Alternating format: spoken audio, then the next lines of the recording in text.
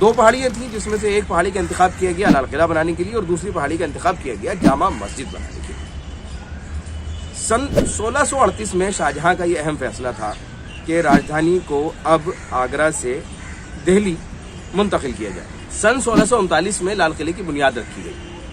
اس کے بعد اس کی تعمیر کا سلسلہ شروع ہوا جو تقریباً 9 سال کے بعد مکمل ہوا اور سن 1648 میں یہ لال قلعہ بن کر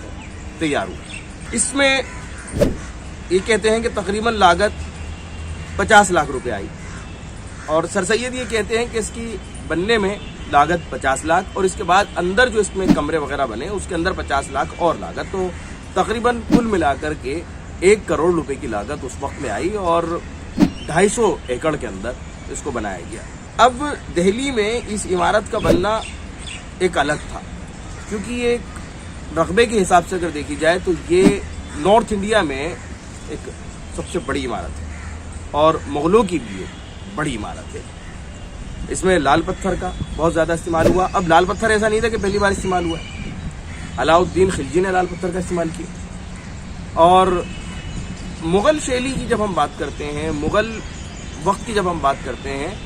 تو بابر کے وقت میں اور شروعات کا جو ان کا وقت تھا اس میں آپ کو ایک تیموری انداز نظر آئے گا، جیسے سمرقند اور بخارا کے اندر آپ کو عمارتیں نظر آتی ہیں۔ اس وقت جو یہ آرٹ تھا، یہ شیلی تھی، ابھر رہی تھی، لیکن شاہجہاں کا ایسا وقت تھا جس کو آپ گولڈن پیریڈ کہہ سکتے ہیں، ایک سنہرا دور تھا جس کے اندر اس فن نے اپنے عروج کو حاصل کیا، جہاں یہ فن اپنے پورے کمال پر تھا اور اس کے بہترین نمونے ہیں جامع مسجد دہلی کی، لال قلعہ، تاج محل جس کو دنیا نے ایک آرٹ کا ایک بہترین نمونہ مانا ہے اور آج بھی وہ دنیا کے 7 عجوبوں میں سے ایک ہے۔ تو شاہجہاں کے وقت میں یہ فن سب سے عروج پر تھا، جہاں بادشاہ کی رہائش ہے یا بادشاہ کا رہنا ہے یا بادشاہ کے وہ مقامات ہیں، وہاں سنگ مرمر کا استعمال، اور سنگ مرمر میں بھی بہت خوبصورت اور باریک نقاشی، ایک اٹالین انداز بھی اس کے اندر آپ کو دکھے گا۔ یہی نہیں کہ اس کے اندر آپ کو جو ایک انڈین کلاسیکل انداز ہے وہ آپ کو دکھے گا یا تیموری انداز آپ کو دکھے گا، اس کے ساتھ ساتھ آپ کو ایک اٹالین انداز بھی دکھے گا، کیونکہ جہاں بادشاہ کا تخت بنایا گیا دیوان عام میں آپ دیکھیں گے تو بادشاہ کے تخت کے پیچھے پرندے بنے ہوئے، الگ الگ خوبصورت پرندے، اور وہاں ایک آدمی جو ہے وہ موسیقی بھی بجا رہا ہے جو کہ انڈین طرز میں کہیں نہیں ہے، یہ ایک اٹالین اسٹائل تھا اور اس کو یہاں لیا گیا۔ اس کا مطلب یہ ہے کہ اس کے بنانے میں جہاں احمد اور حمید صاحب کا بہت اہم رول تھا کیونکہ اس کا کوئی ثانی نہیں تھا اس فن کے اندر، آپ کو گلدستے نما کھمبے نظر آئیں گے، محراب دار، اور محراب بھی ایسی نہیں، محراب نقاشی کے ساتھ محراب جو ہے وہ آپ کو خوبصورت یہاں پر نظر آئے گی۔ اس کے ساتھ ساتھ شاہجہاں مذہبی انسان تھے تو ان کو یہ بھی تھا کہ جو اونچی پہاڑی ہو اس پر تو جامع مسجد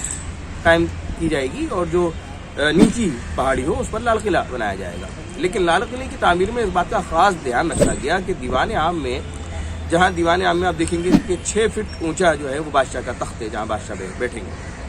تو بادشاہ جہاں بیٹھیں گے اور وہاں بیٹھنے کے بعد جو ان کا تاج ہوگا اس تاج کی نوک سے سیدھ میں جامع مسجد کی پہلی سیڑھی ہوگی۔ یہ اس چیز کو درشاتا ہے کہ وہ اپنے آپ کو بادشاہ ہونے کے باوجود جب کمپیئر کرتے ہیں تو وہ خدا کے سامنے اپنے آپ کو کتنا کم تر سمجھتے ہیں، اور اپنے سنگھاسن کا اور اپنا جو ان کا تخت ہے اس کا رخ انہوں نے قبلے کی طرف رکھا، یعنی جب حکومت وہاں سے قائم کی گئی تو یہ کوشش کی گئی کہ بادشاہ پوری طرح سے خدا کو جواب دہ ہے اور وہ قبلے کے روح ہو کر قبلے کی طرف رخ کر کے وہ فیصلہ کرے اور کہیں بھی وہ کوئی غلطی نہ کرے۔